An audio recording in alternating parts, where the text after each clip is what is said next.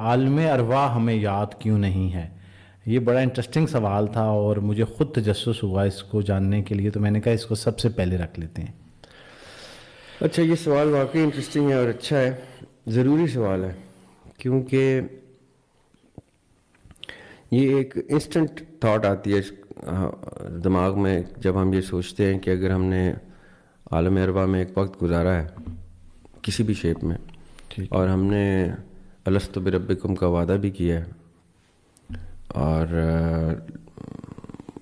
اب عجیب بات یہ ہے کہ ہم جب قرآن پاک پڑھتے ہیں، مطالعہ کرتے ہیں قرآن پاک کا، اور یہ اس آیت سے گزرتے ہیں، اس سورت سے گزرتے ہیں، یا بار بار صرف الستو بربکم ہی نہیں بلکہ قرآن پاک میں اللہ تعالیٰ نے تو جو سب سے میرے لیے چونکا دینے والی بات تھی قرآن پاک میں، وہ یہ کہ ہم نے تو باقاعدہ ایک جو انگلش میں ورڈ یوز ہوا ہے وہ بارگن ہوا ہے، صحیح، کہ اللہ تعالیٰ نے ہم سے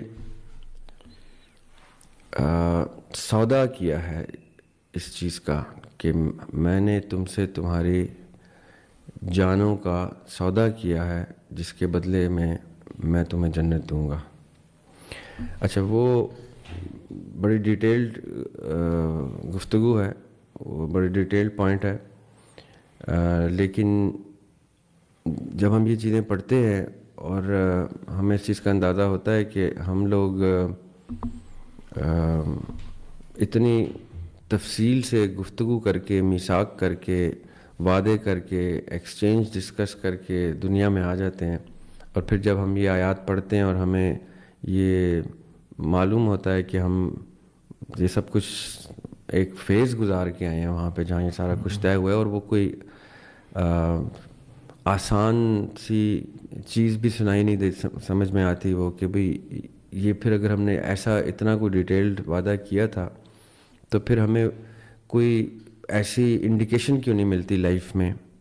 کتنے ہی لوگ یہ چیز جانے بغیر گزر جاتے ہیں کہ وہ کوئی میثاق کر کے آئے، وعدہ کر کے آئے، کمٹمنٹ کر کے آئے، سودا کر کے آئے اپنی زندگیوں کا، اپنے جانوں کا۔ تو یہ سوال بڑا جینوئنلی دماغ میں آ جاتا ہے، کیونکہ عالم ارواح کا جو ذکر قرآن پاک میں ہے، مطلب یہ گفتگو قرآن پاک میں ہے، اس لیے میں قرآن پاک کے حوالے سے ہی کچھ اپنی انڈرسٹینڈنگ آف دس کوشچن بتاؤں گا کہ مجھے کیا سمجھ میں آتا ہے۔ دیکھیں، ایک تو وہ قصہ کسی کو نہیں بھولتا کہ جس میں ابلیس نے اللہ تعالیٰ سے کہا کہ میں تو اب انسان کو بہکاؤں گا۔ سورہ صاد میں یہ قصہ بڑے خوبصورتی سے اللہ تعالیٰ نے بیان کیا ہے کہ ابلیس کہتا ہے کہ اللہ تعالیٰ سے کہ مجھے مہلت دیں اور قیامت تک کی مہلت دیں۔ اچھا، یہ میں بڑا کی پوائنٹ پہلے بھی ایک دفعہ ہائی لائٹ کیا تھا، میں چاہتا ہوں کہ آپ کے لسنرز اس چیز کو توجہ سے سنیں کہ ابلیس کہہ رہا ہے کہ مجھے قیامت تک کی مہلت دیں۔ اب یہ دیکھیں کہ یہ کس وقت کہہ رہا ہے، وہ جس وقت آدم علیہ السلام کو اس نے سجدے سے انکار کیا۔ جی بالکل، یعنی اس کو پتہ تھا کہ قیامت کوئی چیز آئے گی اس وقت۔ بڑی امپورٹنٹ بات ہے، یہ بڑا کی پوائنٹ میں بتا رہا ہوں آپ کو۔ اور وہ کیا کہہ رہا ہے کہ مجھے قیامت تک کی مہلت دیں، میں بنی نو انسان کو بہکاؤں گا۔ ابھی آدم علیہ السلام نے پھل نہیں کھایا ہوا، اور اس کو پتہ ہے کہ بنی نو انسان کی پوری ایک خلقت دنیا میں اترے گی۔ یہ میں بڑا امپورٹنٹ پوائنٹ بتا رہا ہوں، یہ سب کے لیے۔ ہاں جی۔ اور پھر وہ کہہ رہا ہے کہ مجھے قیامت تک کی مہلت دے، میں انسانوں کو بہکاؤں گا اور سب کو نہیں بہکا پاؤں گا۔ اس کو یہ بھی پتہ ہے کہ میں صالحین کو، مخلصین کو، ان کو نہیں بہکا پاؤں گا۔ یعنی اس کو یہ تک پتہ ہے۔ تو جب لوگ یہ سوال پوچھتے نا کہ کیسے ہو سکتا ہے عالم ارواح اور اس کی کیا حقیقت ہو سکتی ہے، ہمیں کیسے پتہ ہو، آپ یہ دیکھیں کہ جس بینگ نے، مخلوق نے آدم کو سجدہ کیا ہے، جو ایک جن ہے، چاہے کتنا ہی عابد اور شاکر اور زاہد نہیں تھا، وہ اس نے بہت وقت گزارا جب وہ عزازیل تھا، جب وہ ابلیس نہیں بنا، جب تک وہ عبادتیں کرتا تھا اور فرشتوں میں پایا جاتا تھا، اتنا امپورٹنٹ اپنا اس نے اسٹیچر اسٹیبلش کیا ہوا تھا. لیکن اس نے سجدہ کرنا تھا، انسان کو حکم آ گیا تھا. یعنی آدم علیہ السلام کے سامنے اس کی حیثیت ایک جن کی سی ہے. اس کو پتہ ہے اس وقت بھی کہ قیامت نے آنا ہے. اس کو پتہ ہے بنی نوع انسان کی پوری دنیا میں خلقت اترنی ہے، رائٹ؟ کہ ارواح آتی ہیں جاتی ہیں، برزخ میں سے بھی آتی ہیں، وہ بڑی خاص روحیں ہوتی ہیں، وہ ایڈمنسٹریشن کا بھی کام کرتی ہیں، وہ ان کے درجات ہوتے ہیں، وہ درجات اچیو کرتی ہیں. تو لوگ حیران ہوتے ہیں کہ یہ کیسی بات ہے. تو میں یہ دوبارہ سے بتانا چاہتا ہوں سب کو کہ ہم بہت خاص اللہ تعالیٰ کی مخلوق ہیں، اور ہمارے اندر جو اللہ تعالیٰ نے روح عنایت کی ہے ہمیں، وہ کئی ہزار ابلیسوں سے افضل ہے. بے شک. یعنی آپ سوچیں کہ میں جتنا ہم لوگ ڈسکس کرنا چاہیں کم ہے کہ ہماری سگنیفیکنس کتنی زیادہ ہے، اور ہماری اس وقت کتنی سگنیفیکنس تھی کہ وہاں پہ ایک سانحہ وقوع پذیر ہو گیا ہے. ایک مخلوق نے سجدہ کرنے سے انکار کر دیا ہے. آدم علیہ السلام بھی دیکھ رہے ہیں، فرشتے دیکھ رہے ہیں. پوری وہ ایک ایکٹ ہے پورا، اس پورے پلے میں جو اللہ تعالیٰ نے پورا یہ بنایا ہے، اس میں ایک سب سے امپورٹنٹ پارٹ ہے یہ اس سارے فیز کا، کہ وہاں پہ اللہ تعالیٰ کے سامنے، خالق کے سامنے مخلوق متکبر ہو گئی ہے. اچھا، سوچنے کی بات ہے. اچھا دریاب بھائی، اس کے ساتھ ہی کنیکٹ کرتے ہیں بہت سارے لوگ سوال کہ یہ جو عالم ارواح میں ہم نے وعدے کیے تھے، تو اب وہ وعدہ ہمیں، مطلب یہ یاد دہانی کے ساتھ ہی وہ تو ہمیں یاد نہیں. تو جس وعدہ تو ہم نے کر لیا، جیسے کہ چلیں ہم اگر دنیاوی لحاظ سے بات کریں کہ آپ نے اور میں نے کوئی وعدہ کیا اور میں بھول گیا، تو کیا اس بھولے ہوئے وعدے کے بارے میں بھی پوچھ ہوگی؟ سر یہی تو بات ہے. دیکھیں اللہ سبحانہ و تعالیٰ، ان سے زیادہ عدل اور انصاف کا کانسیپٹ ہم تصور ہی نہیں کر سکتے نا، کہ عدل ہوگا تو رب کے دربار میں ہوگا، رب کے سامنے اس محشر میں ہوگا.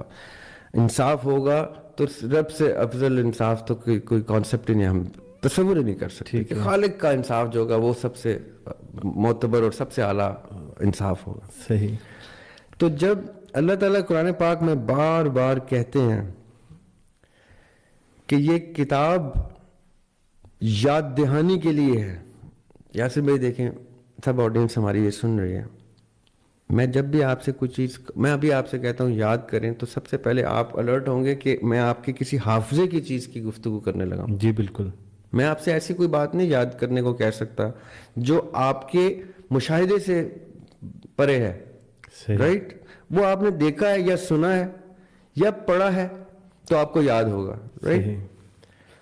قرآن پاک خود یاد دہانی کی کتاب کہتا ہے،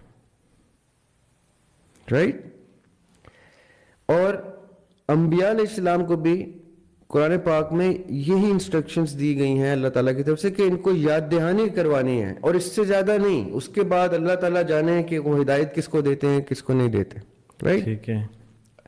اب چونکہ ہماری ڈسکشن یہ عالم ارواح کے بارے میں ہو رہی ہے اور اس وعدے کے بارے میں ہو رہی ہے، تو قرآن پاک واحد کتاب ہے پوری کائنات میں جس میں یہ وعدے کا ذکر اس طرح سے ایلیبریٹ کر کے کیا گیا. اس لیے میں ریفرنسز بھی قرآن پاک کے دینا چاہ رہا ہوں. صحیح. اللہ تعالیٰ قرآن پاک میں کہتے ہیں انا ہدیناہ السبیلا، اور ہم ہدایت دے چکے. پھر ایک جگہ کہتے ہیں اللہ تعالیٰ قرآن پاک میں، اعوذ باللہ من الشیطان الرجیم، بسم اللہ الرحمن الرحیم، قل یا ایھا الناس قد جاءکم الحق من ربکم. نبی پاک صلی اللہ علیہ وسلم سے کہہ رہے ہیں کہ کہہ دیجئے یا ایھا الناس، سب سے، کہ حق تم پہ عیاں ہو گیا. اور پھر آگے کہتے ہیں کہ جس نے ہدایت لی اس نے اپنے لیے ہدایت لی، پھر اور جس نے گمراہی لی اس نے اپنے لیے لی. اور اے نبی کہہ دیجیے ان سے کہ آپ ان کے لیے کوئی وکیل نہیں ہے. اب یہ بڑی اسٹرانگ باتیں ہیں کہ آپ نے ریمائنڈر دینا ہے. اب ریمائنڈر ہمیں آ گیا قرآن پاک کی صورت میں, اور اب سوال کیا آ رہے ہیں کہ کون سا وعدہ, ہمیں تو یاد ہی نہیں ہے. اب میں آپ سب سے اور آڈینس سے اور جیسے بھائی آپ سے ایک بات خود سے کرتا ہوں کہ تھوڑی دیر کے لیے ہم اس منظر میں چلے جاتے ہیں جب ہمارے سامنے ہم ارواح میں دیکھ رہے ہیں کہ ابلیس جو ہے وہ انکار کر گیا. اور یہ میں کیوں کہہ رہا ہوں, کیونکہ ابلیس کو اگر پتہ ہے نا قیامت آنی ہے, ابلیس کو پتہ ہے خلقت آنی ہے, تو میں آپ کو گارنٹی کے ساتھ بتا رہا ہوں کہ ہمیں بھی پتہ تھا یہ ہونا ہے اس ٹائم. ہم ارواح اس سے افضل ہیں, تو ہم یہ منظر دیکھ رہے ہیں اس وقت ارواح میں, کسی بھی عالم میں دیکھ رہے ہیں. نبی پاک صلی اللہ علیہ وسلم کی حدیث ہے کہ میں اس وقت بھی نبی تھا جب آدم علیہ السلام مٹی سے گوندے جا رہے تھے, یعنی ابھی روح نہیں پھونکی گئی تو نبوت آقا علیہ السلام کے پاس موجود ہے. سو اٹ مینس کہ یہ جو ارواح والا, میں بار بار لوگوں کو کہتا ہوں نا, یہ ارواح کو لوگ بہت ایزی لیتے ہیں. عالم ارواح کو, عالم ارواح میں ہم بہت پہلے سے موجود تھے, بہت پہلے سے ہمارے سامنے سارے بہت سے مناظر ہوئے جو ہمیں یاد نہیں. اب ہم آتے ہیں کہ کیوں یاد نہیں ہے. ٹھیک ہے, اب آپ مجھے بتائیں ذاتی طور پہ سب بھی اپنے دلوں میں یہ سوچیں, دماغوں میں نہیں دلوں میں سوچیں کہ اگر ایسا کوئی منظر درپیش ہے ایسے کسی ٹائم کے وقت کے کسی پل میں, اور ایک چیلنج اٹھا رہا ہے ابلیس کہ میں بہکاؤں گا, اور یہاں تک کہہ رہا ہے کہ میں ان کو نہیں بہکا پاؤں گا جو صالحین ہیں, جو مخلصین ہیں, جو اللہ تعالیٰ کے ماننے والے ہیں, تو ہم سب ارواح میں اس وقت یہ چاہ رہے ہوں گے نا کہ ہم ان صالحین میں سے ہوں. بے شک, کہ اس کی جرت بھی نہ ہو ہمیں بہکانے کی. ایسا ہی ہے. رائٹ, پہلی بات. دوسری بات, ہم دوسرا اینگل یہ سوچ سکتے ہیں کہ اچھا چلو اگر ہم صالحین میں سے نہ بھی آئے تو یہ ہمیں بہکانے کی جب جرت کرے گا, آئے گا ہمارے پاس, تو ہم کہیں گے نہیں ہم رحمان کے ماننے والے ہیں, ہم شیطان کے ماننے والے نہیں. ایسا ہی ہے بالکل. یہ ایک نیچرل انسٹنکٹیو ریئیکشن ہمیں ابھی فیل ہوگا اگر ہم یہ ہائپوتھیسس سامنے رکھیں. صحیح. اور ایک بات اور ہوگی کہ اس وقت ہم ایک دوسرے سے یہ کہہ رہے ہوں گے یار یہ تو بہت ایزی ہے, ہم نے تو دیکھ لیا یہ تو بہت ایزی ہے, آئے تو صحیح کبھی شیطان ہمیں بہکا رہے, ہم الٹا اس کو مسلمان کرنے کی کوشش کریں گے. ایسی باتیں نا, بڑی بڑی باتیں سوچیں گے. جی جی. تو جب بہت ایزی ہے تو ہم کہیں گے اس کو تھوڑا سا ڈیفیکلٹ کریں, اس کو تھوڑا سا مشکل کریں, یہ تو بہت آسان ہے.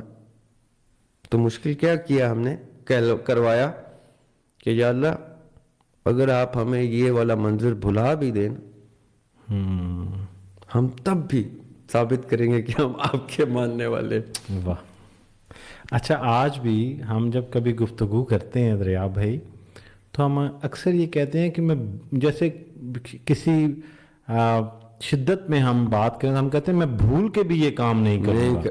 کیا خوبصورت بات. ٹھیک ہے, میں غلطی سے بھی تمہیں نہیں ملوں گا. جی, مطلب یہ دیکھیں کہ اس احساس کا انسان کے اندر موجود ہونے کی یہ دلیل ہے کہ آج ہم باہوش و حواس, ٹھیک ہے, اگر اپنے جذبات پہ قابو نہ رکھ رہے ہوں یا جذباتی ہو جائیں تو ہم کسی کو برملا کہہ دیتے ہیں کہ میں بھول کے بھی تمہیں نہیں, اگر میں یہ مکالمہ یا یہ جو شدت ہے غصے کی اور میں یہ بھول گیا اس کے باوجود میں جو ہے وہ نہیں ملوں گا, تو یہ مجھے لگتا ہے کہ یہ کنیکٹ کرتا ہے انسانی نفسیات کو اس چیز سے. دوسری بات دیکھیں, ہم سب ایک نیچرل پروسیس آف برتھ سے گزرتے ہیں. یہ میں پوائنٹ بڑا امپورٹنٹ رکھتا ہوں اپنے جتنے بھی سننے والے ہیں ان کے لیے. نیچرل پروسیس آف برتھ جو ہے ہمارا ایک ایسا فیز ہے جس میں ہماری معصومیت, ایک بچہ بڑا ہو رہا ہے, وہ سب کچھ اس کا میموری بینک اسٹیبلش ہوتا ہے ایک سرٹن ایج میں جا کے, رائٹ.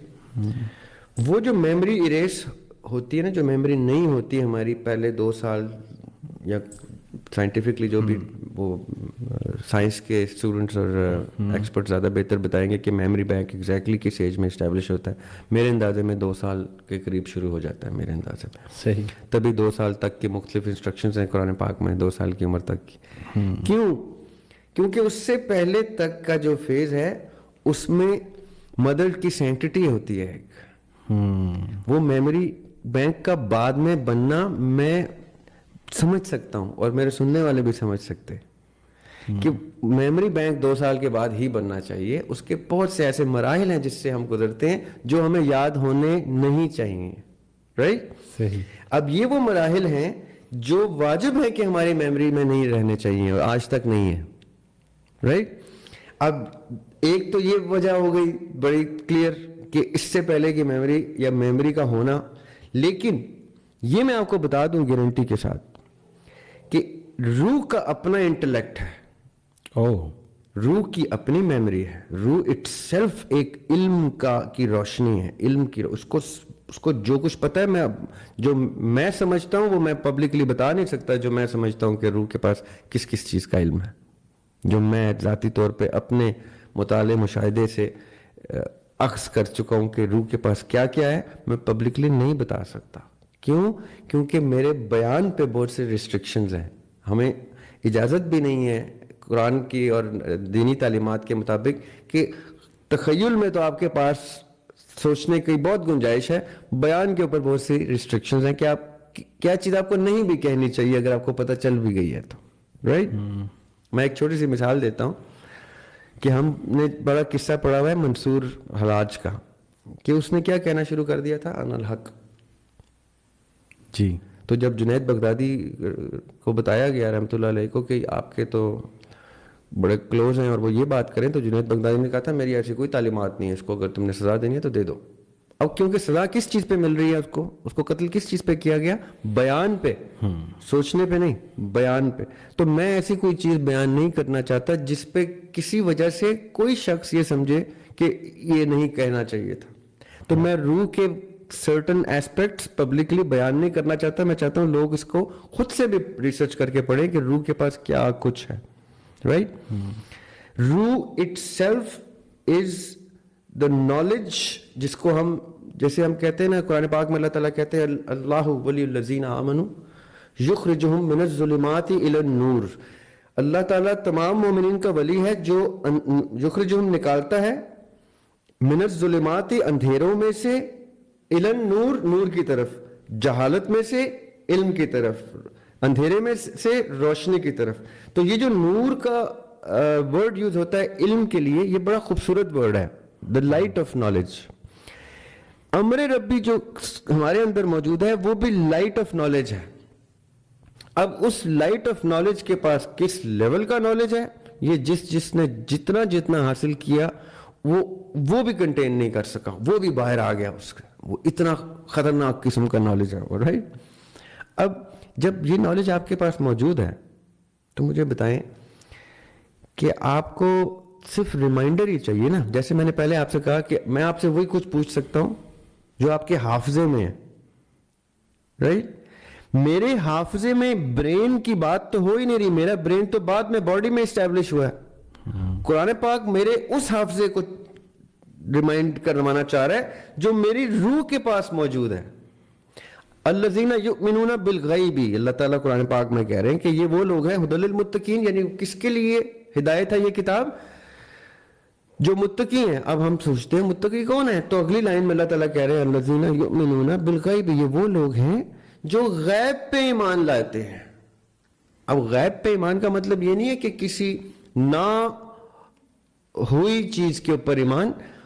نہ ہوئی ورڈ نہیں ہے غیب کی ٹرانسلیشن. غیب کی ٹرانسلیشن ہے جو آپ کی نظروں سے اوجھل ہے. اب نظروں سے اوجھل میرے پاس کیا چیز ہے؟ میرا باطن، میرے باطنی عناصر، جیسے میرا نفس مجھے نظر نہیں آتا، وہ میری نظر سے باطن ہے. اصل میں اس کی ایگزسٹنس مجھے پتا ہے. میری روح میری نظر سے اوجھل ہے، پنہا ہے، چھپی ہوئی ہے، لیکن وہ باطن میں ایگزسٹ کرتی ہے. قرآن پاک آپ کے باطن کے حافظے کو یاد دہانی کراتا ہے، آپ کے حاضر کے حافظے کی نہیں. صحیح. رائٹ؟ اب یہ 2 حافظے ہو گئے، اس چیز کی بات سمجھ میں آ گئی. اچھا 2 حافظے ہیں ہمارے پاس، تو دوسرے حافظے تک پہنچنا کیسے ہے؟ تو قرآن پاک اس کے بھی آنسرز دیتا ہے کہ آپ نے یہ جو اللہ تعالیٰ بار بار قرآن پاک میں کہتے ہیں نا. میرا ایک بہت بڑا اختلاف ہے مفسرین سے بھی، ادب کے ساتھ اختلاف ہے. میرے اساتذہ ہیں، میں جن کی تفسیر پڑھ کے بڑا ہوں، میں ان سے بھی اختلاف رائے کا حق رکھتا ہوں. صلات کوئی برقرار ہوتا ہے تو اس کا مطلب کیا ہوتا ہے؟ کنیکشن. یقیمون الصلاۃ کنیکشن اسٹیبلش کرنے کی بات ہے. ٹھیک ہے وہ نماز کے ذریعے بھی ہوتا ہے تو ہم اس کی ٹرانسلیشن فارسی کے ورڈ نماز سے لے لیتے, حالانکہ نماز فارسی کا ورڈ ہے, عربی کا ورڈ نہیں ہے, اس لیے نماز عربی ٹیکسٹ میں ڈھونڈی میں نہیں جاتی, صلاۃ ڈھونڈا جاتا ہے. اب صلاۃ کے صرف نماز طریقہ نہیں ہے, نماز ایک طریقہ ہے اور عبادات اور طریقہ ہے. یہ جو تصوف کو متوازی مذہب کہتے ہیں لوگ, تصوف والے صلاۃ برقرار کرنے کو اتنا ٹائم دے دیتے ہیں کہ دنیا کو ہی ترک کر دیتے ہیں. وہ کہتے ہیں ہمارا صلاۃ ہمارے سگے بھی نہ توڑ سکے, صلاۃ ود دی لارڈ. اب صلاۃ اسٹیبلش کیسے ہوتا ہے؟ جب آپ کا روح, آپ کی روح کنیکٹ ہوتی ہے کسی ایسے باطنی آنکھوں سے اوجھل دنیا کے ساتھ, جیسے جو ہر شخص کی ہوتی ہے جب وہ سوتا ہے, وہ ایک باطنی ورلڈ میں انٹری لیتا ہے. سوتے ہی آپ کو یقین آ جاتا ہے کہ باطن کا ورلڈ ایگزسٹ کرتا ہے, جاگتے میں آپ بھول جاتے ہیں اور بلیو تک نہیں کرتے کہ ایسا کوئی وعدہ ہوا ہو. سوتے میں ہی آپ کو پتہ چل جاتا ہے کہ آپ کتنے سپر نیچرل فلائٹس لیتے ہیں, کبھی کہاں, کبھی کسی مرے ہوئے سے مل رہے ہیں, کبھی کسی اور ملک میں, کبھی کسی خلائی چیز. یہ وہ باطنی سائیڈ ہے جس کے اوپر قرآن فوکس کر رہا ہے کہ تم اپنے باطن میں ڈھونڈو اور یاد کرو کہ تم نے مجھ سے وعدہ کیا تھا, یاد کرو کہ تم نے مجھ سے یہ بارگن سودا طے کیا تھا کہ جانے آپ, ہماری جانیں آپ کے حوالے, ہمیں اس کے بدلے جنت دے دیں. یہ قرآن میں ڈائریکٹلی اللہ تعالیٰ قرآن پاک میں کہہ رہے ہیں. اب کیوں میں اس بات پہ زور دے رہا ہوں؟ اب مجھے یہ بتائیں کہ میں کیوں اتنا آسان چیلنج لوں گا کہ یا اللہ مجھے اروا کی ساری باتیں بھی یاد رہیں, مجھے وعدے بھی یاد رہیں, میں دنیا میں جاؤں, اللہ تعالیٰ کہیں گے کہ تم نے اس میں ٹیسٹ کیا ہوا, پھر اس میں چیلنج کیا ہوا, اس میں مشکل کیا ہوئی.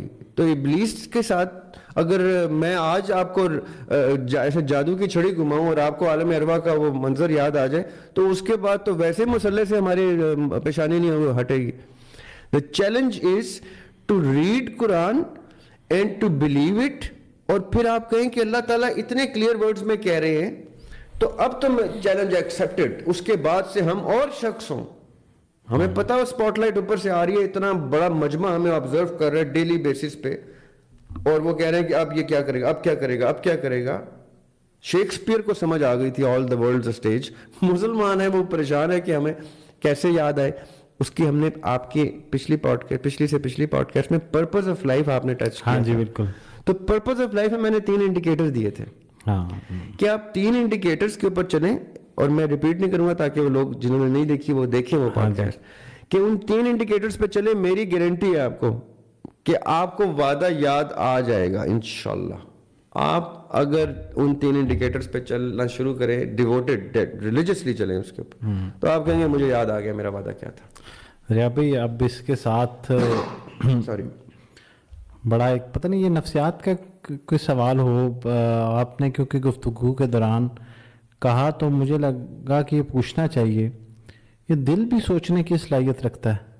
یس, دل سوچنے کی, سمجھنے کی, یادداشت کی سب صلاحیت, یہ تو سائنس بھی مانتی ہے. اچھا انٹرسٹنگ بات آپ کو بتاتا ہوں, اچھا پوائنٹ آپ نے ریز کیا. پچھلے دنوں تو نہیں, کچھ وقت پہلے ایک ویڈیو میرے نظر سے گزری, اس میں ایک بچی جو ہے وہ قتل ہو گئی. اچھا, ایک ٹین ایج بچی قتل ہو گئی. یس, اور اس کا ہارٹ ٹرانسپلانٹ ہوا کسی اور شخص میں کے باڈی میں, ٹھیک ہارٹ صحیح. اور اس نے کہا, میں نے پھر یہ ویڈیو کو ویریفائی کرنے کے لیے ریسرچ کیا تو پتہ چلا واقعی ایسا سانحہ وقوع پذیر ہوا ہے. صحیح. کہ وہ کہتا ہے کہ جب سے میرے, اب وہ بندہ تھا یا بندی میں بھول گیا ہوں, کہ جب سے یہ دل امپلانٹ ہوا ہے مجھے عجیب عجیب خیالات آتے ہیں. اور اس نے جب اپنے ڈاکٹر سے کنسلٹ کیا, اس نے ایک ٹائم پہ یہ تک بتایا کہ مجھے وہ شخص تک نظر آ گیا جس نے مجھے قتل کیا ہے, اور کس طرح مجھے کارنر کر کے مجھے ٹارچر کر کے مارا ہے اس نے. تو وہ جب بات اتنی بڑھ گئی تو انہوں نے پھر پولیس سے رابطہ کیا, اور وہ جو اسکیچ بناتے ہیں ان سے رابطہ کر کے اس سے اسکیچ بنوایا, اور اس شخص کو پکڑ لیا. وہ جب کورٹ میں آیا تو اس نے ایڈمٹ کیا کہ یہ ورڈ ٹو ورڈ ٹھیک بول رہے ہیں. اچھا, ابھی کیا ہوا؟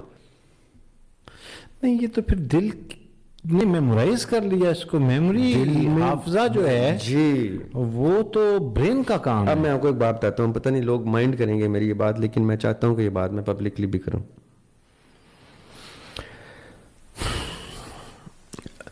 میں ذاتی طور پہ کینسر مرض پہ بلیو نہیں کرتا. اچھا ٹھیک ہے. ٹھیک ہے. میرا یہ ماننا ہے, اور یہ میرے قریبی لوگ جانتے ہیں کہ ذرا آپ کینسر کو نہیں مانتا, میرا یہ ماننا ہے کہ جو دل ہے نا ہمارا, یہ ایپی سینٹر ہے کس چیز کا؟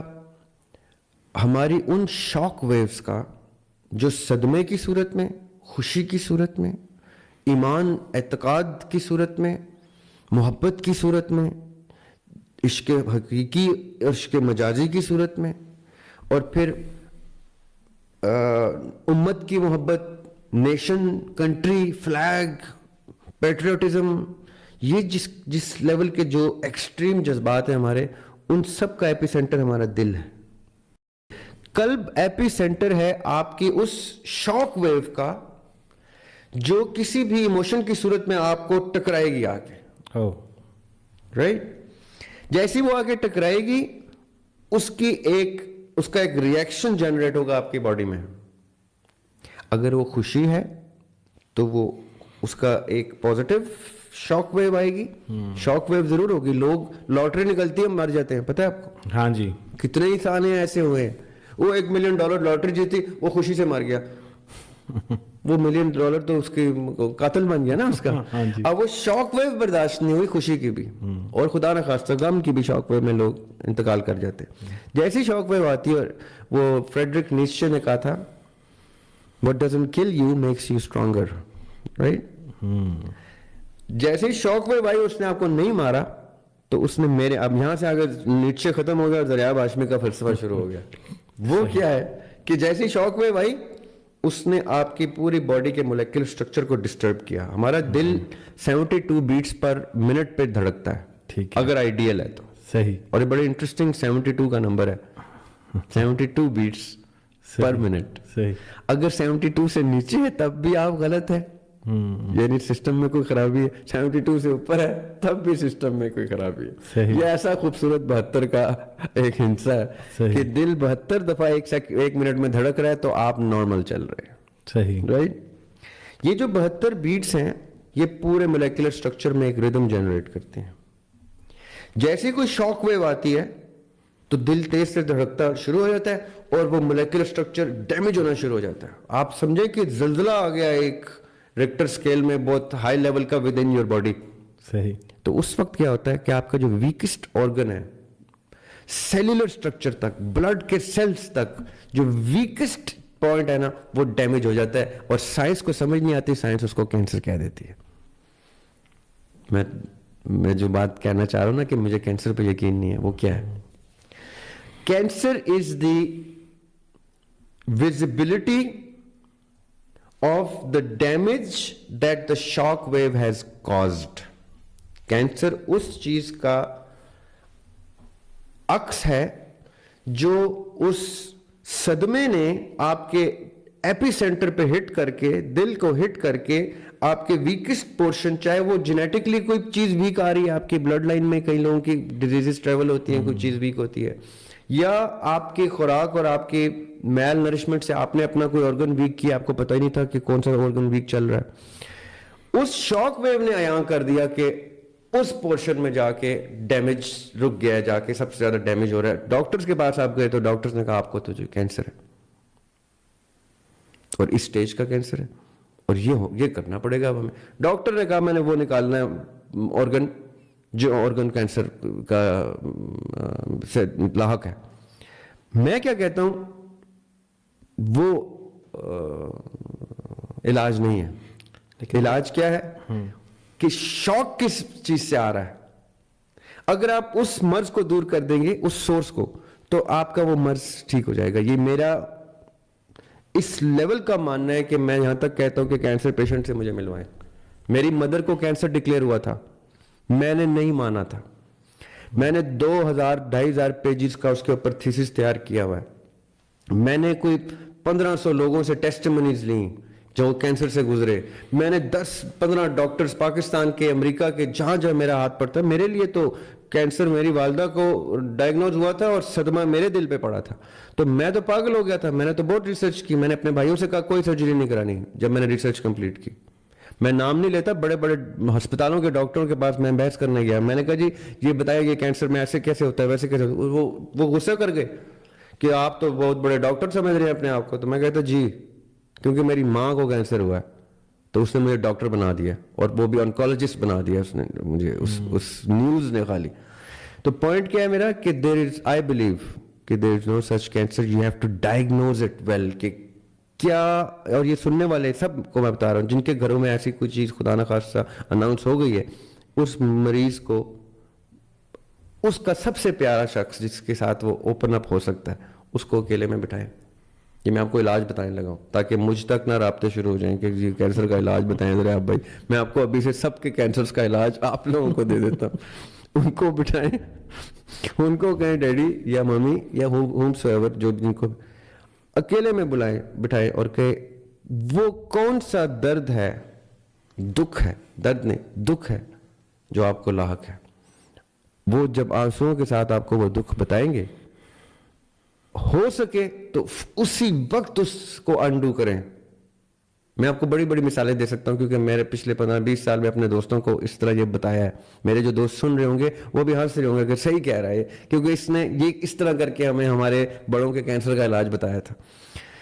آپ ان کو ڈسکس کریں گے اور اس دکھ کو, مجھے پتا ہے وہ انڈو بھی نہیں ہو سکتے, کئی دکھ ایسے ہوتے ہیں, لیکن کئی دکھ میں آپ کو بتاؤں 70% دکھ ایسے ہوں گے جو میرے سننے والوں کو لاحق ہے جو انڈو ہو سکتے ہیں ان کے پیارے کرنا چاہیں تو, اور وہ کریں گے. تو جس ڈاکٹر نے کہا ہے نا 6 مہینے رہ گئے, 1 سال رہ گئے, آپ اس ڈاکٹر کے سامنے 2 سال بعد ان کو 5 سال بعد بھی لے کے جائیں گے نا, آپ کہیں گے یہ ہے میرے مریض جن کو آپ نے 3 مہینے دیے تھے, 6 مہینے دیے تھے, اور الحمدللہ ان کو اب کینسر بھی نہیں ہے, کیونکہ میں نے وہ سورس ہی ختم کر دی جس شوق سے ان کی باڈی میں وہ مرض الارم کی طرح جنریٹ ہو رہا تھا. دریا بھائی, اس سے پہلے ہم نے ایک پوڈ کاسٹ کیا اور اس میں مجھے ایک اسائنمنٹ مل گئی, اور وہ اسائنمنٹ تھی کہ آپ کسی ایسے شخص سے ملیں جو کہ ڈیتھ ایکسپیرینس کر چکا ہو. تو میں بڑی مشکل سے ان تک پہنچا. آپ لوگوں میں سے جو لوگ سن رہے ہیں, اس کے بعد آنے والا جو پوڈ کاسٹ ہے وہ بڑا انٹرسٹنگ ہوگا, میں نے آپ سے ذکر کیا تھا.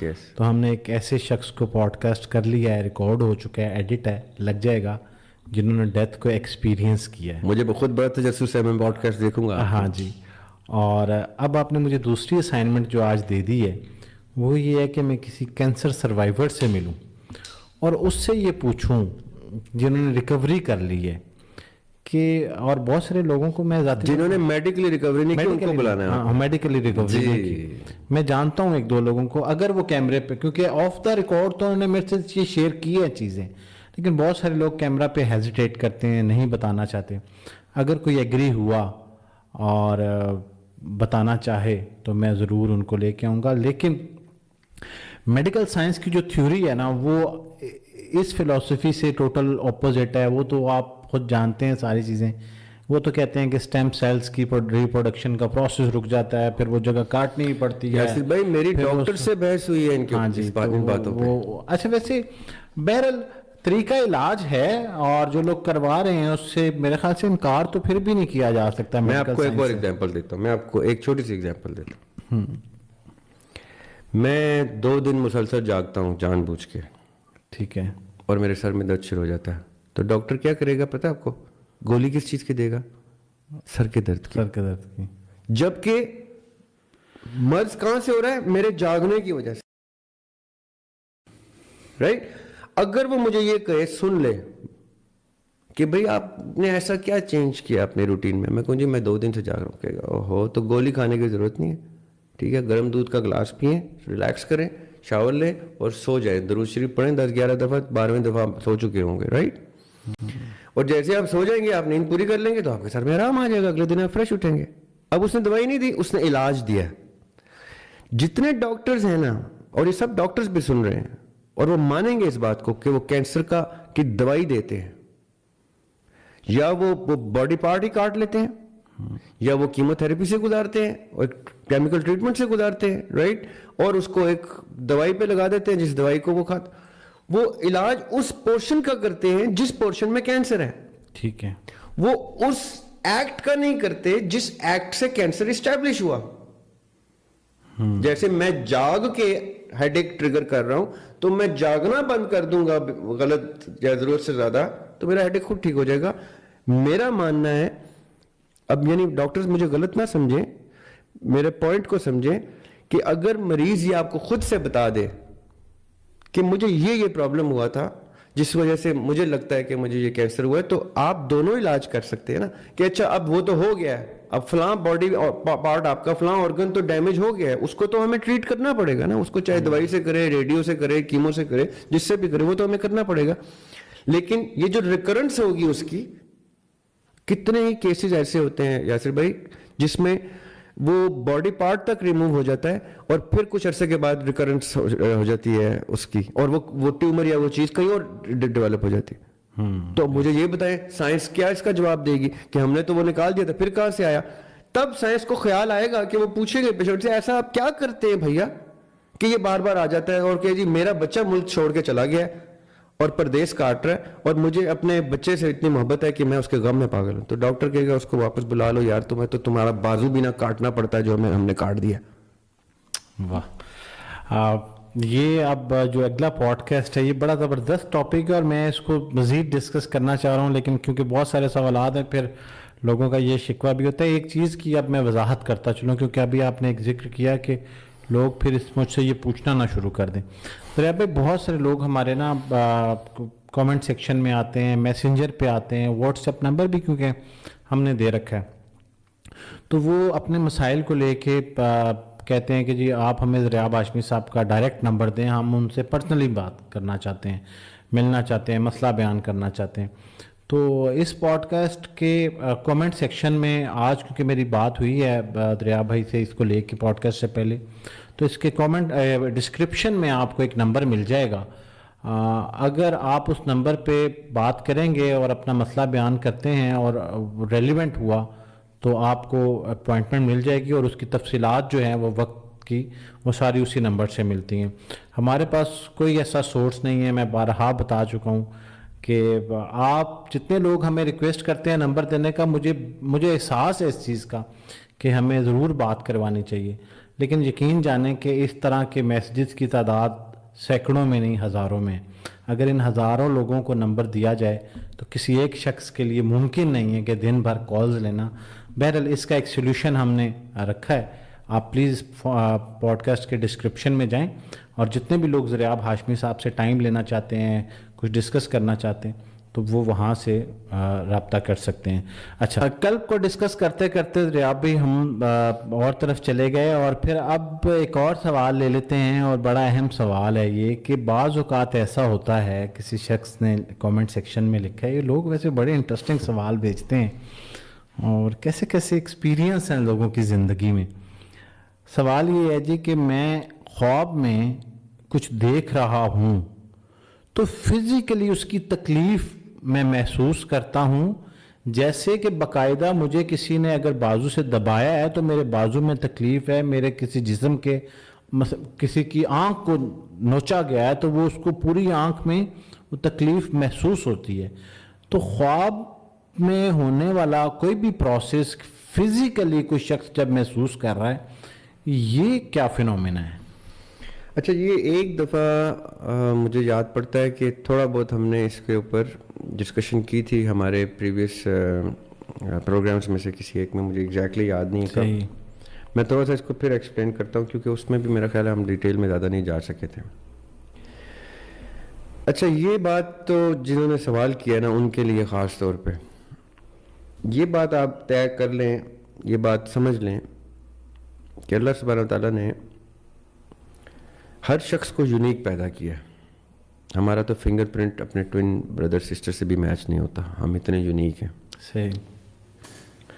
تو کچھ معاملات تو ایسے میرے ساتھ ہوں گے, کچھ ایسے آپ کے ساتھ ہوں گے جو صرف آپ ہی کے ساتھ ہوں گے اور کسی کے ساتھ نہیں ہوں گے. تو یہ بات تو سمجھ لیں کہ ایسے معاملات بھی ہوتے ہیں جو صرف آپ ہی کے ساتھ ہو رہے ہوتے ہیں. ضروری نہیں کہ وہ دنیا میں کبھی پریسیڈنٹڈ بھی ہوں گے, کہیں پہلے کبھی ریکارڈ ہوئے ہوں. یہ ان میں سے ایک معاملہ ہے جو بہت لمیٹڈ لوگوں کے ساتھ ہوتا ہے, لیکن یہ ہوتا ہے. میں نے پہلے بھی ڈسکس کیا تھا, کرسچینٹی میں ایک ٹرم ہوتی ہے اسٹگماٹا. ٹھیک ہے. اسٹگماٹا وہ ٹرم ہوتی ہے کہ کچھ لوگوں کے ساتھ کیا ہوتا ہے کہ according to Christianity and according to Islam as well, کہ سلیب کے اوپر کسی نہ کسی شخص نے اپنی موت دیکھی تھی. کرسچینٹی یہ بلیو کرتی ہے کہ وہ عیسیٰ علیہ السلام نے موت دیکھی تھی. اسلام اس چیز کو رد کرتا ہے کہ وہ عیسیٰ علیہ السلام نہیں تھے, وہ کسی اور شخص کو شبیہ دے دی تھی عیسیٰ علیہ السلام کی, جسٹ ٹو سیو عیسیٰ علیہ السلام فرام دا کراس, اور اللہ تعالیٰ نے عیسیٰ علیہ السلام کو اٹھا لیا تھا. قرآن پاک میں باقاعدہ طور پہ یہ آیت میں ہے کہ اور ہم نے صلیب پہ نہیں چڑھنے دیا, قتل نہیں ہونے دیا, اور ان کو بلند کر لیا, اٹھا لیا. اب چونکہ قرآن پاک آ کے 10 ایسی چیزیں ہیں جن کو پہلے یس کرتا ہے, بائبل کو کی ایگزسٹنس کو یس کرتا ہے, انجیل کو, تورات کو, زبور کو, کہ یہ اللہ کا کلام ہے, اس کو ماننا ہمارے لیے بنیادی فریضہ ہے اسلام میں داخل ہونے سے پہلے اور ہونے کے بعد, کہ ہم نے یہ تسلیم کرنا ہے. اور عیسیٰ علیہ السلام کو باقاعدہ طور پہ ہم گلوریفائی کرتے ہیں, جیسے کہ بائبل کی آیت ہے کہ احمد علیہ السلام آئیں گے اور وہ مجھے گلوریفائی کریں گے, تو ہم ایک مسلمان کے ہونے کے ناطے ہمیں ان کو گلوریفائی کرنا ہے.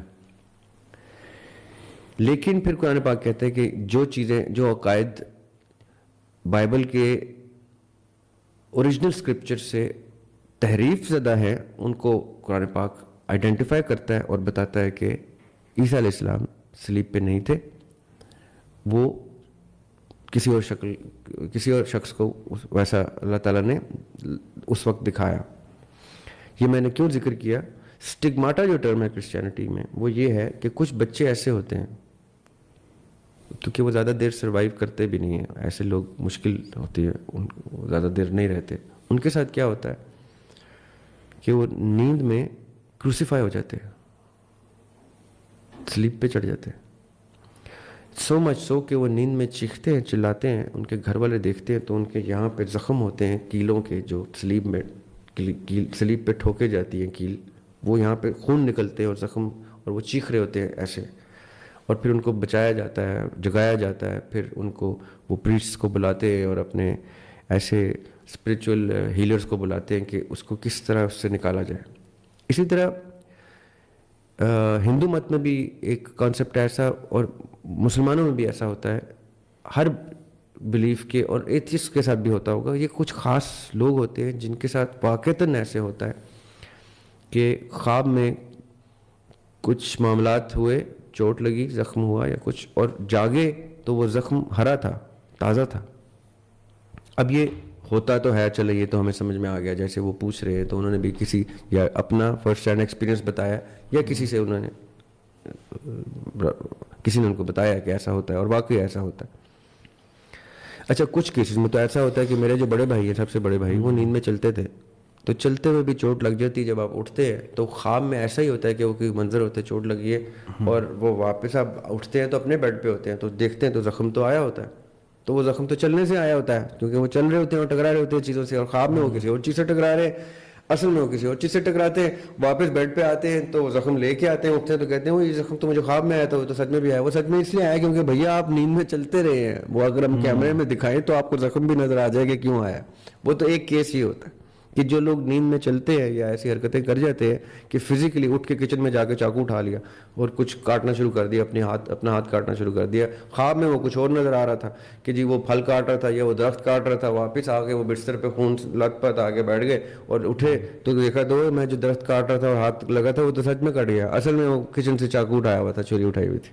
ایسا بھی ہوتا ہے. یہ سیریس کیسز ہوتے ہیں سلیپ واکنگ کے, یہ ہوتے ہیں لوگ. ہم کیا کرتے تھے کہ بڑے بھائی کو بیڈ کے ساتھ کہتے تھے اپنے کوئی ٹانگ کے ساتھ کوئی کپڑا باندھ لو تاکہ تم اٹھو تو گرو جاگ جاؤ, اور تم, ورنہ وہ دروازے کی کنڈی کھول کے سڑک پہ چلا جاتا تھا. ایک ایسا بھی وقت تھا. اچھا, بڑا انٹرسٹنگ ٹائم تھا وہ. تو دا پوائنٹ از کہ ایک تو یہ کیس ہوتا ہے کہ کئی دفعہ ہم نیند میں اٹھ جاتے ہیں اور کسی چیز سے ٹکراتے ہیں, خواب میں وہ کسی اور منظر میں ٹکرا رہے ہوتے ہیں, زخم آئے ہوتے ہیں, اور جاگتے میں کچھ کسی اور طرح, یا گر جاتے ہیں بیڈ سے, چوٹیں لگ جاتی ہیں, جاگتے نہیں ہیں اس میں,